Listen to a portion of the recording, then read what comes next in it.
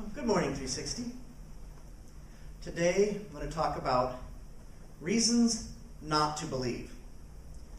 In college, I and some other people started this interfaith discussion group where anyone who wanted could come and, during this format, bring whatever questions they wanted regarding Christianity, religion in general, meaning of life, and just all together we would work and explore answers.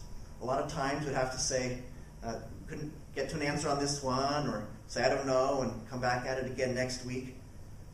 It was a lot of fun. By the time I graduated, a good portion of the people in attendance were Christian. There was several Muslims that would attend now and then. Several pagans would pop in and out. One Hindu gentleman. And we just agreed. We agreed to disagree in a lot of times, but we really explored issues together with mutual respect. Disagreement at times. And it was a lot of fun. Some people became Christians, some people didn't. But everyone left knowing more than when they came. In the Bible, in John 20, there was a man named Nicodemus. He was a member of the ruling council in the country at the time. He was a very respected religious teacher. Now, Jesus has a lot of criticism for the religious leaders at the time. But then this religious leader, he begins to think, maybe there is something to this Jesus guy. I don't know. So he sneaks out at night and finds Jesus. Like, psst, Jesus, over here. I think there's some evidence pointing to the fact that you're something special. Can you explain this more to me? And so Jesus tells him about salvation. He gives him a little bit of ribbing. Talks about, there's some things that should be in the light instead of darkness. Like, why are you sneaking out here? Nicodemus probably wanted to protect his reputation. He didn't want his colleagues to say, are you listening to Jesus? So he sneaks out at night. But he just gives him some friendly ribbing, but then tells him the famous John 3:16 verse, "For God loved the world in such a way that he sent his only son Jesus, that whoever believes in Jesus shall not perish but have everlasting life." And Nicodemus' response is just pretty much dumbstruck silence. Like, whoa. Nicodemus' mind is blown. He thought he was right with God by virtue of his birth and his position. And then Jesus says, all that doesn't matter. What matters is what you believe about me, meaning Jesus. So Nicodemus was a person who was watching Jesus from outside, watching from afar, and then he investigated in hiding, and then something happened. Nicodemus was willing to be skeptical of his own skepticism and find out on his own. And he was not willing to take anyone else's word for it. He went and found out for himself. One thing to tell skeptical people: how can you be skeptical of everything but your own skepticism? Nicodemus was, and so he came to Jesus. And the evidence points to the fact that Nicodemus then changed. He began to follow Jesus. He crops up again in the story a little later.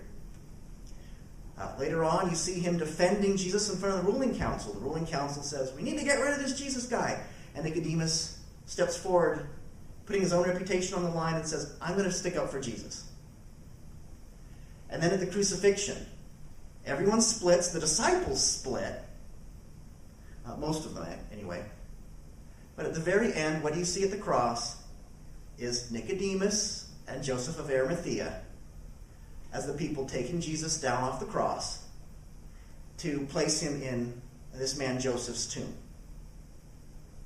Nicodemus stuck around, even when someone like Peter left. close friend and disciple. So Nicodemus, something happened in that moment that changed him, and he began to follow. He was no longer skeptical, he was a follower. The question of the afterlife and eternity is huge. It's a question about forever. And if it's about forever, why ignore this question or take someone else's word for it? It's like letting someone else determine your fate. It's like, okay, I may be the CEO of the company, but I'm going to focus on issues like the carpet color and just let the ultimate fate of my company resolve itself. That's not wise. It's your life. You should find out for yourself. But, Alan, this takes time. All the religious options out there. Thank goodness, I don't have time for that. Yes, it will take time. Something so important will. And it's of ultimate importance. So it will be time well spent. And regardless of the answer you find, at least it's your answer.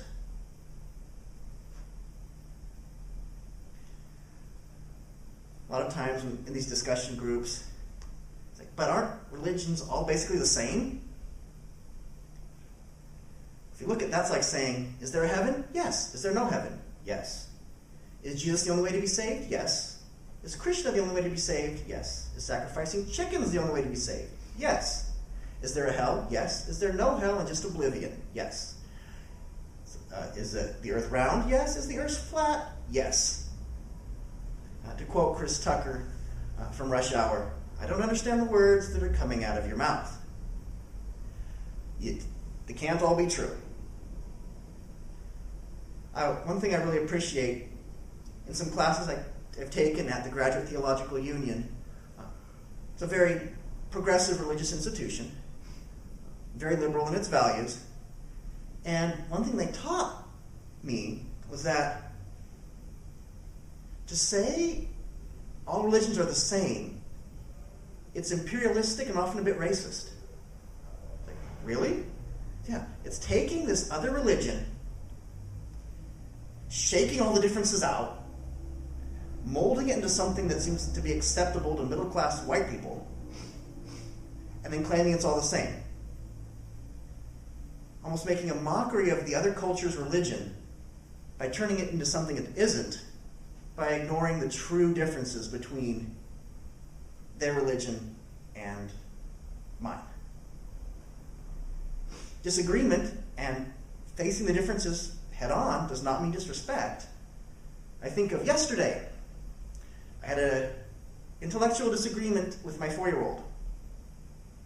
He asked me, Dad, when you put the number 3 next to the number 1, what do you get?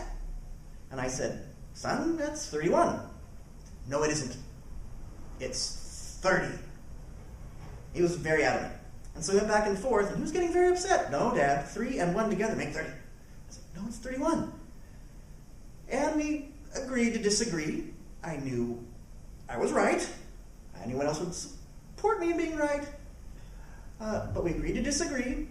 And I kissed him goodnight. I told him I loved him and mean it from the bottom of my heart. Disagreement doesn't mean disrespect. Saying all religions are the same is not something that can be intellectually supported, but it is emotionally appealing. But it's better to move past that and honestly engage the issue. And be willing to think through and evaluate. I mean, maybe you'll come to the conclusion that Christianity is not up to the task of you accepting it and believing in it. But at least you've thought it through, and that's something respectful.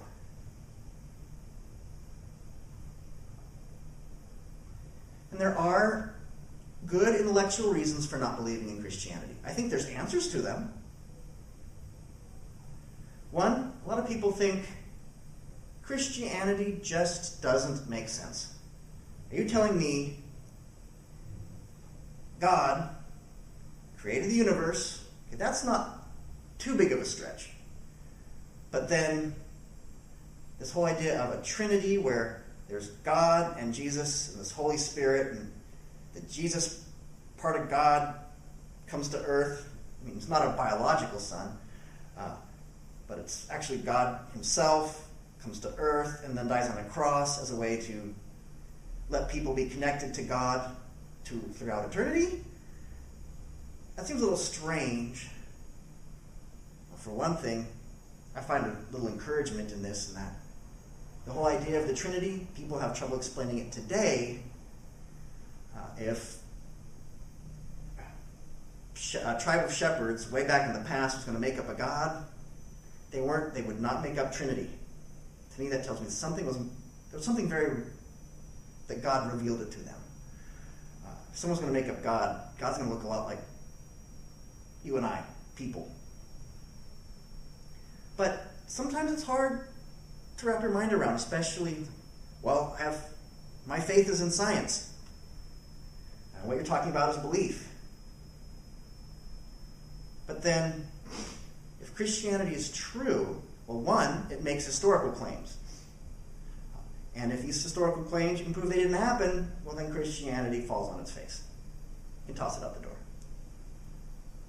But it makes historical claims, you can check it out. And if Christianity is the ultimate description of reality, then it shouldn't have a problem with science either. So I think Christianity does make sense when you look into it. But I can respect people that have a hard time making that leap. Back to the whole idea of aren't all religions the same. I hear this story of, it's like, it's a very common story, probably heard it, where several blind people are feeling an elephant, and one person says it's a tree, another person says it's a rope. Depending on the part of the elephant they are feeling, and to say that, hey, they're all partially right, but they're also all partially wrong. It's still an elephant. And it would be great if someone could then come up and tell them, it's like, okay, it really isn't a tree, even though you think it is. There's an elephant there. Another reason for not believing, not enough proof. It's like, tell me, what is an absolute proof for Christianity? There's not one argument that's an absolute proof. The one thing that I do say is that there's a lot of small proofs, a lot of evidence that when you begin to add it up, begins to make a really good cumulative case that this is the truth to follow. So I would say there's not one smoking gun argument, but there's hundreds of all minor arguments that all turn out to be true, and then it start adding up. Arguments like original documents for the Bible support. The idea that the church altered the Bible to fit its agenda, that doesn't hold up if you look into the argument. We have too much original documents for that to hold up. Occasionally they did make mistakes or changes in Bible translations or in copying it in the monasteries, but we have so many original documents we can actually trace it to that monk on that day in that monastery made that mistake. Busted. Because, if someone's reading aloud and everyone's copying, you're going to make some errors. But we can bust all of them. We have the originals. So not enough proof? I think there's proof, if you look into it. The big one, can't explain suffering. This is called the problem of evil, and I think this is a very legitimate reason not to believe. If God is all good and all powerful and all loving, yet so many of the people on earth suffer. It seems to me that either God's not all powerful, not all loving, he's just not doing what we think he should be doing. Well, the Bible even has that question. The whole book of Job that I talked about. And then also, if you look at the story of Jesus was faced with huge crowds of people. And he healed that one, and that one. And then everyone else was just part of the crowd. Some people got healed, not everybody. Why? He never says. There's a lot of ink has been spilled, a lot of books have been written trying to explain suffering. Some of them make a really good intellectual argument, such as if every time something bad happened, it was prevented we wouldn't be able to have a law-like regular world where decisions would matter, where you could learn. If God controlled everyone and everything, so that no one ever made a bad decision, then could you ever really love? Those are all arguments and plenty of books out there. So it can be explained. But still, something this side of eternity just still is hard. Another huge one, which I can completely respect, is Christians are hypocrites. Yes. There's the old cliche, the church is a hospital for struggling people and not a haven for saints. That is, we're all working together toward sainthood, to act in such a way that one could be considered a saint through following God. But yeah, Christians will be hypocrites. Some of them, it's just part of their journey to go from being a mess and improving their life. It's interesting, back in my days as a counselor for addicts, we bussed them to various local churches, and we had a large number of clients, and sometimes this large number of clients would all flood into a smaller local church congregation. Can you imagine a visitor coming in that Sunday and realizing 25% of the people in the audience are struggling addicts that still have a lot of behavioral issues to overcome? You might look, whoa, this place is full of hypocrites. What kind of Jesus follower are you? A serious one that wants to change his life, but still hasn't got it yet. And I also remember a story when I was getting ready to go to seminary. One of the members of the seminary board talked to me and said, don't expect everyone there to be Christian. Don't expect everyone there to be living for God. Think of an analogy this way. If you have an opposing army and you want to destroy them, demoralize them, ruin them, why not go put your agents in their leadership? Yeah. Everyone who claims to be Christian, there's a lot of people who claim to be Christian who aren't. And that's why we look to God, not other people. Because, we'll find hypocrites. In fact, I probably am one too. But I'm hoping God works in my life to continually bring me to something better. I'll have a quote from Blaise Pascal. Most people know him as a mathematician. He was also a philosopher and a Christian man. And he has this quote, "People never do evil so completely than when they do it from religious conviction." That's true. Now, when I was at the rehab center, in these interfaith discussions with other people, a lot of times we'd explore these intellectual reasons, and someone would say, Christianity makes sense. I can see the evidence. I do believe that Jesus is true based on the evidence of intellectual stuff, but I'm not going to believe. A lot of times, what we have as intellectual reasons is a smokescreen for an emotional one. And if someone has these emotional issues, you can respect them, be honest about it. Someone might tell me, well, how can you explain evil in the world? They're not really looking for an answer.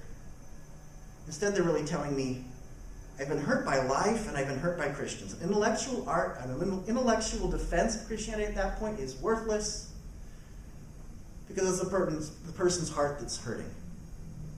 They're not wanting facts. They're saying, I hurt, what can you do? Good emotional reason for not believing in Christianity is you have been hurt by a life. Or in upping the ante, you've been hurt by Christians. Someone who's claimed to be Christian has burned me bad. There are people in my own family that are not Christian because of that very reason.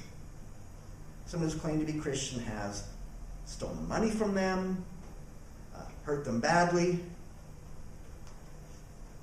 I've worked with addicts where the Christians in their life have done at least those they've claimed to be Christian, have done very ugly things. And some of those ugly things were part of the reasons why those people were using drugs, to try to soothe their emotional pain.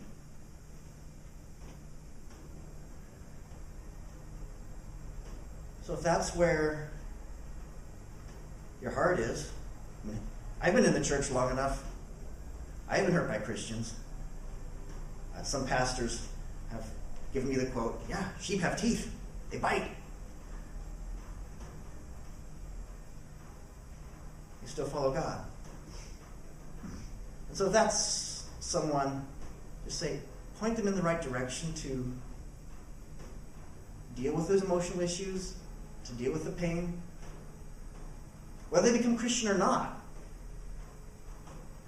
It's important to get these things dealt with.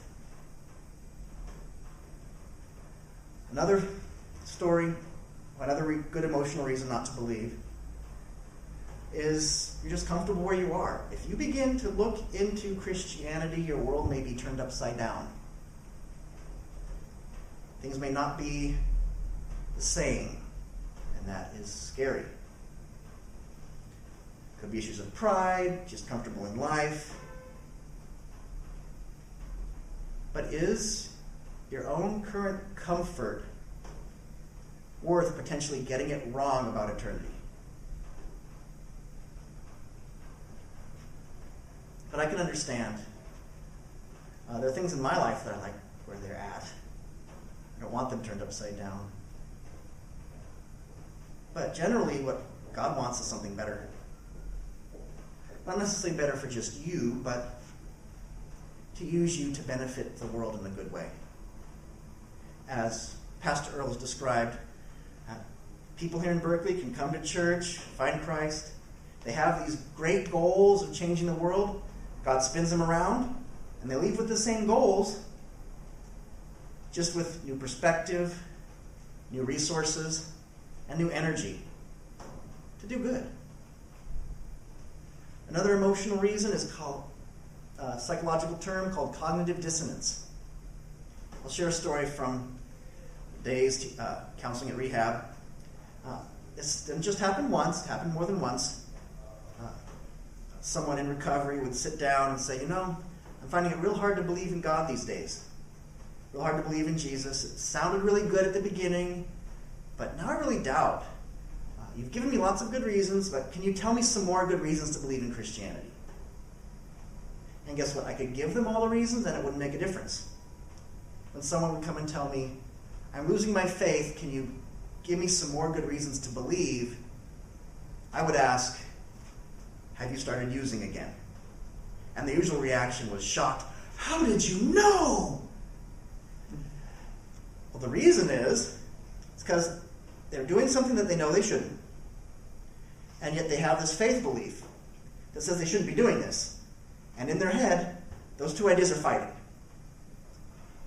And one of them's got to give. To live in that kind of mental dissonance is a very difficult place to be. And usually either the behavior will get pushed away or the belief will get pushed away that is making them feel bad about the behavior. Cognitive dissonance. And so if that's the case of someone not believing, it doesn't matter what kind of intellectual reasons I give. It's like the person's got to get their life right and change what they're doing if they know it's wrong. So yes, there are reasons not to believe. But I would say investigate those, challenge those, look into it, and come to a religious decision that's your own. Maybe Christianity. That's what I've signed up for. Maybe something else, but at least you've looked into it.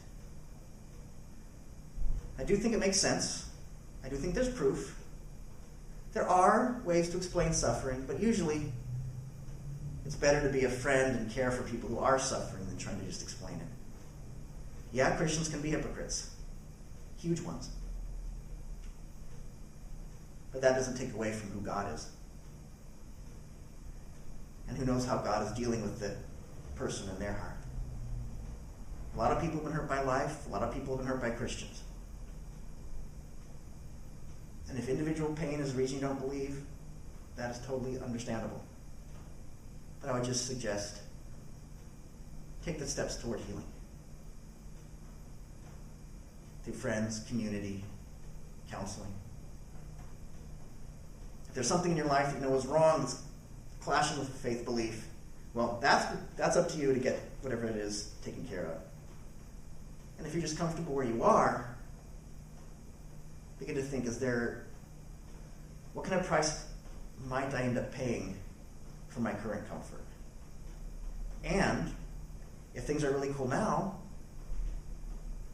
what kind of adventure could await by stepping out of my comfort zone?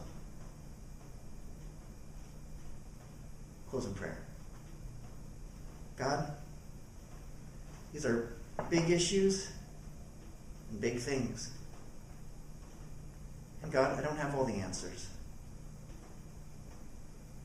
I know I don't always reflect you how I should. But I pray that you'll meet everyone who's here or listening or watching where they are at. Gently, with care. And I pray that they'll begin to explore the big questions of life. I just remember how wonderful it was to be sitting with a Hindu, a pagan, and a Muslim, completely disagreeing at points, but really just learning and answering and hammering out these questions, tackling them seriously. And at the end of the day, in our disagreements, being friends. Sometimes people would change their minds, sometimes they wouldn't. But I love them all. So God, I commit our week to you and my eternity. I pray this in Christ's name.